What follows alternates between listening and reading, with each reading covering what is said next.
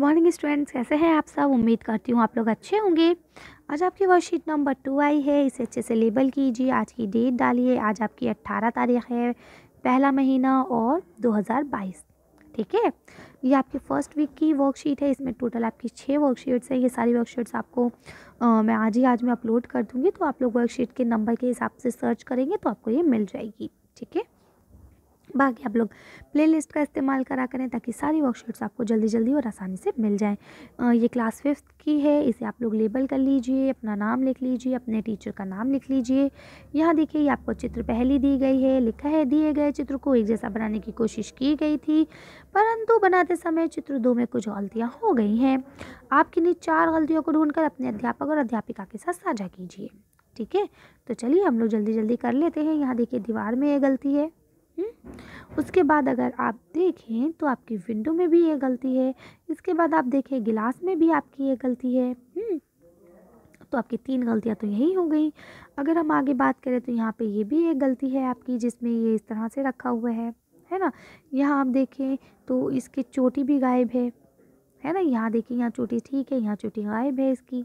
ठीक, तो इस तरह से ये आपकी कुछ गलतियाँ हैं, इन्हें आप नोट कर लेंगे और इसे शेयर कर देंगे अपने टीचर्स के साथ। ठीक है, अगर आपको लगता है कि मैम कुछ और गलतियाँ हैं जो मुझसे मिस हो रही हैं, तो वो आप लोग भी नोट डाउन कर लेंगे। चलिए आगे चलते हैं। अब देखिए, यहाँ लिखा हुआ है फलों की दुकान। यहाँ लिखा है रघु के पिताजी की फलों की दुकान है। आज उसके पिताजी की तबीयत ठीक नहीं है, इसलिए आज रघु दुकान पर गया है। उसके पिताजी के मित्र मोहसिन चाचा ने आज मंडी से उनके लिए फल ला कर दिए। ठीक है, क्योंकि पापा की तबीयत खराब है। ठीक है, मोहसिन चाचा ने फल दुकान पर सजा दिए और सभी फलों की संख्या गिनकर रघु को एक पर्ची पर लिख कर दी। ठीक है, और दे दिए। और क्या करा, उन्होंने रघु को बताया कि इस पर्चे से उसे शाम को फलों की बिक्री का हिसाब करने में मदद मिलेगी। पर्ची देखकर रघु का सर चकरा गया। जैसे उसने पर्ची देखी, उसका सर घूम गया। उसने, अरे बाप रे, ये क्या चक्कर है भैया, मेरे तो कुछ समझ में ही नहीं आ रहा है ना। ऐसा कब होता है बेटा? ऐसा तब होता है जब आप कुछ नया देखें। अब ये वर्कशीट सडनली आपके सामने आएगी, आपको लगेगा अरे मैम इसमें क्या करना है, मेरे तो कुछ समझ नहीं आ रहा है ना। वहीं जब मैं आपको एक्सप्लेन कर देती हूँ, या दूसरे टीचर्स जो आपको अलग अलग चैनल्स पर पढ़ाते हैं, या आपके स्कूल के मैम या सर जो भी हैं, वो जब आपको उस चीज़ को एक्सप्लेन कर देते हैं, तब आपको क्या लगता है, अरे वाह मैम ये तो बहुत आसान था, मैं तो इसे चुटकी बजा के कर सकता हूँ, है ना। तो क्या मतलब है कि जब उसने पर्ची देखी तो उसका सर घूम गया, अरे ये क्या है, मेरे तो समझ में नहीं आ रहा। वह सोचने लगा कि इतनी बड़ी संख्याओं को वो कैसे पढ़ेगा। उसने मोहसिन चाचा से संख्या पढ़ने में मदद मांगी। तो उसने क्या कहा कि चाचा आप मुझे ज़रा सिखाएंगे कि मैं कैसे संख्या पढ़ सकता हूँ। रघु ने चाचा को बताया कि उसे 2 अंकों की संख्या तो पढ़नी आती है, परंतु 3 अंकों की संख्या पढ़ने में कठिनाई हो रही है। यानी उसने चाचा को बताया कि चाचा जी, मैं 2 अंकों की संख्या जैसे 20 है ना, 35, 45, 55 जो भी है, ये 2 अंकों की संख्या तो पढ़ सकता हूँ, लेकिन जैसे ये 3 अंकों में बदलती है मैं नहीं पढ़ पाता।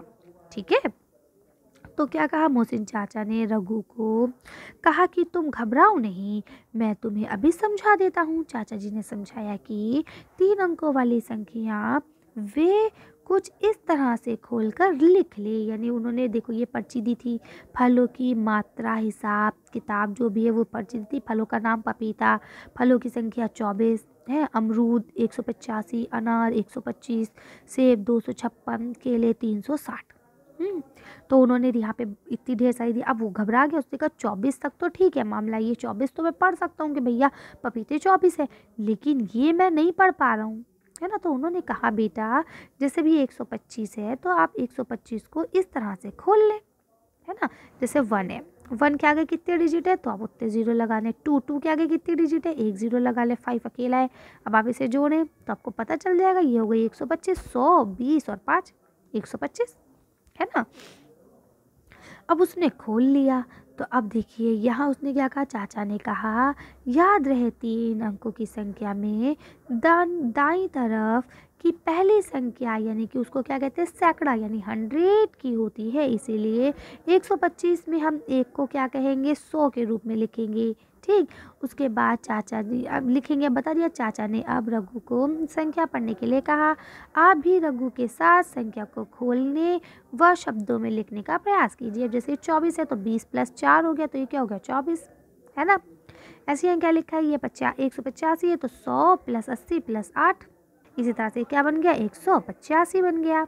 अब यहाँ देखिए लिखा है 125 है तो ये क्या होगा, 100 + 20 + 5, तो ये क्या हो गया, 125, है ना। अब यहाँ देखिए 256, तो ये क्या हो गया, 200, तो यहाँ पे आपको 100 नहीं लिखना है, यहाँ आपको क्या करना है, रुकिए मैं पेन थोड़ा सा मोटा कर लूँ ताकि आपको समझ में आ जाए। यहाँ आप लिखेंगे 2, दा में ओ की मात्रा 2, ठीक है। फिर लिखेंगे 100, सा में ओ की मात्रा 100, 200, कितना है यहाँ पे, यहाँ है 56, छ आधा पा पूरा पा और ना 56, ठीक है। तो ये क्या हो जाएगा आपका 256। ठीक, अब अगला आपको क्या दिया गया है, जल्दी से बताइए।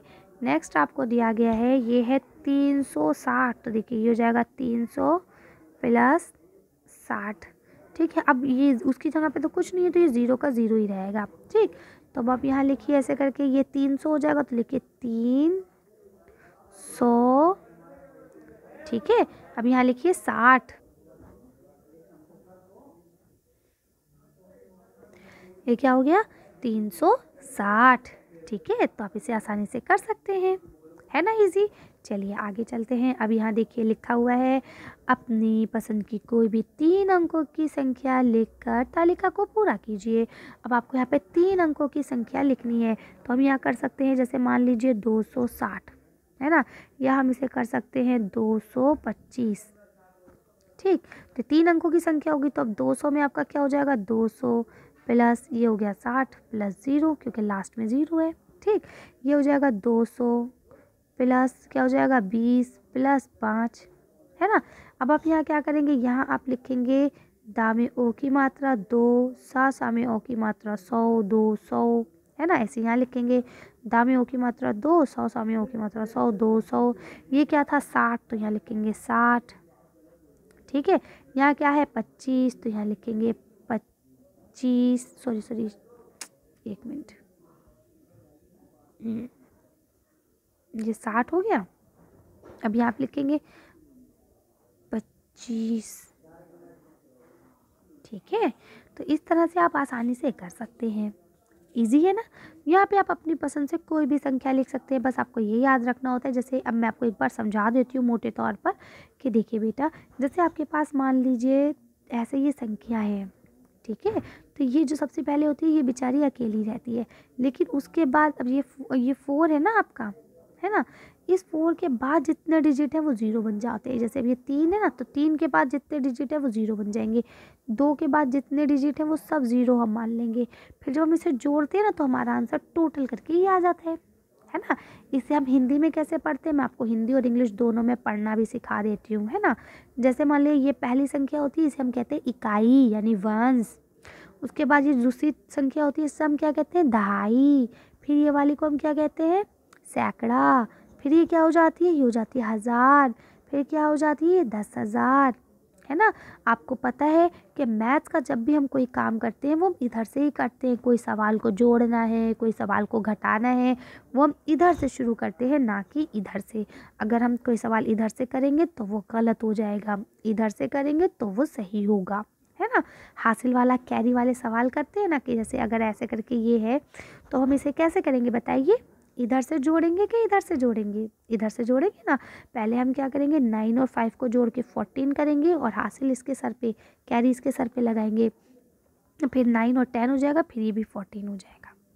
ऐसे ही तो करेंगे। या पहले आप इसे 9 और 4 13 करके हासिल इसके सर पे लगाएंगी। अगर इसके सर पे हासिल लगाएंगे तो ये सवाल गलत हो जाएगा, है ना। तो मैथ्स के जो भी काम होते हैं, जो भी प्रॉब्लम्स होती है, वो हम इधर से सॉल्व करते हैं, ना कि इधर से। ये चीज़ हमेशा याद रखिएगा, ठीक है। चलिए, तो उम्मीद करती हूँ आपको वर्कशीट अच्छे से समझ में आ गई होगी। काफ़ी लंबी भी हो गई है, मैथ्स की थी, समझाना ज़रूरी था, क्योंकि बेटा अगर आप अभी नहीं समझेंगे तो फिर आगे आप सॉल्व नहीं कर पाएंगे, है है ना। चलिए तो अच्छी वीडियो को हम ये ख़त्म करते हैं। अच्छी वीडियो में बस इतना ही। अगर आपको हमारी वीडियो पसंद आई हो तो प्लीज़ इसे लाइक और शेयर करें। अगर अभी तक आपने हमारे चैनल को सब्सक्राइब नहीं किया तो प्लीज़ हमारे चैनल को सब्सक्राइब करें। Thank you for watching.